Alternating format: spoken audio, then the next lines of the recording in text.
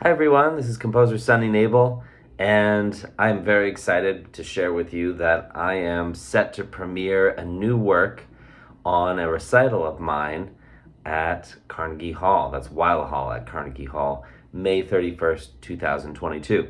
I'm excited but also very nervous in a way because, well, I haven't given myself much time to compose this new piece of music, among other pieces of music that have already been composed. But I think that making a series of videos like this will help keep me on target, and I do think it would be educational to young composers and anyone interested in this theme. Okay, well, the first thing that occurred to me actually came to me in a dream.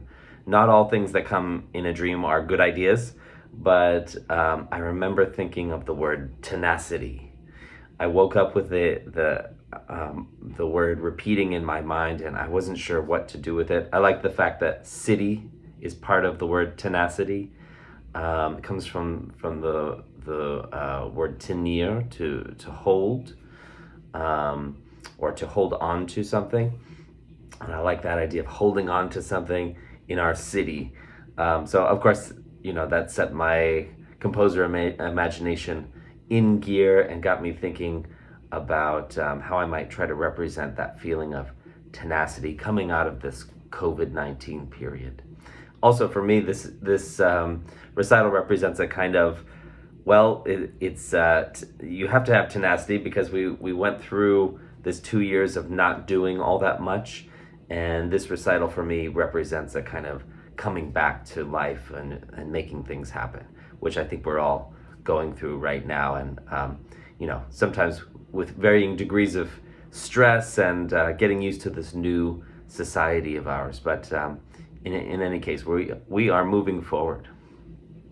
So how to best represent this? Well, let me show you what first came to mind. As you can see, I like to start with just a list of ideas, tenacity up at the start. I just made a list of words, just free association, kind of summarizing for me what this period was all about. And the things that stuck out first were sirens. I remember that feeling of clapping at 7 o'clock outside of our window and cheering. And then just a sense of silence, how everything was silent and we were in despair. We also went through this period of where marches were passing by. You might have joined them. And then a long time passed, and then we had a sense of hope coming from vaccination and a rebirth of going back and making music again. So how can I represent this? It's a good question. Well, I started doing what a lot of composers do, which is reference recording. So I started looking up on YouTube different sounds of sirens. So one siren that came up quite a lot was the fire engine siren, which is, it depends on the siren, but it's from a usually G to G. And after talking with Ashleé Miller, we came up with a solution for the clarinet, which is quite high for the clarinet, but she can do a glissando from here, D. And you can hear on a piano, of course, you play all the notes in between, but it doesn't play the cracks in between the notes, so that the clarinet is able to get into all of the pitches in between, the quarter steps, and all the even smaller than that. So I'm excited about representing that on stage. Another one is the ambulance, which this can be represented really well by a flute.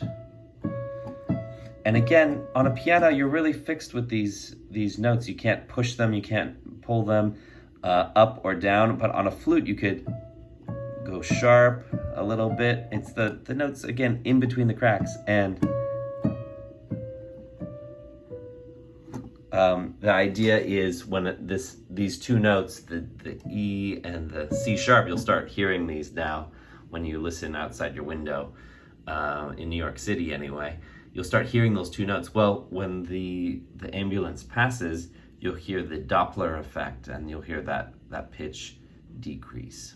Okay, and finally you can hear, I want a third element, and that is the pealing of the bells. Now this I took from a recording. I was inspired by a recording of the pealing of the bells from Riverside Church. And that's going to be down here in the lowermost region of the piano.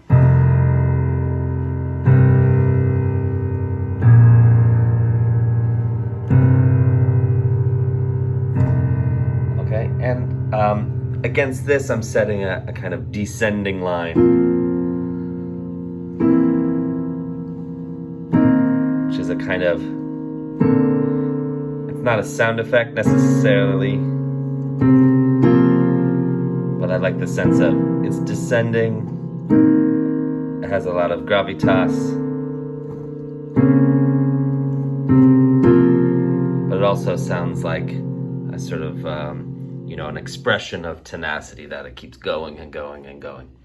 And then one thing I really like to do is see how these notes relate to each other. As you can see, I put them all together here, and folks who have studied the 12-tone technique, Arnold Schoenberg being the grandfather of that, will notice that I have not repeated a single pitch.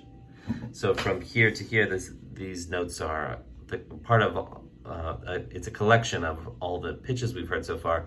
And what's left? Well, you get these 4 notes. So how I'm going to work in these 4 notes, I have yet to fully determine. But again, I think it will relate to that sense of tenacity.